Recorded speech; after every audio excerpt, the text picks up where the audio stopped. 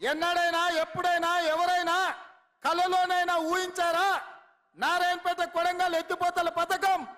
నేను మొదటిసారి ఎమ్మెల్యే అయినప్పుడు 2014లో 69 జీవో మంజూరు చేయించిన.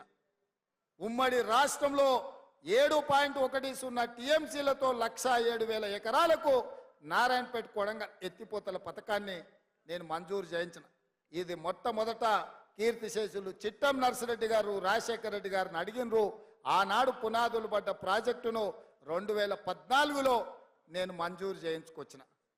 ఉమ్మడి రాష్ట్రంలో తెలంగాణ ప్రాజెక్టులు పాలమూరు ప్రాజెక్టులు ఆగిపోయినాయంటే అన్యాయం జరిగిందంటే అర్థం ఉంది.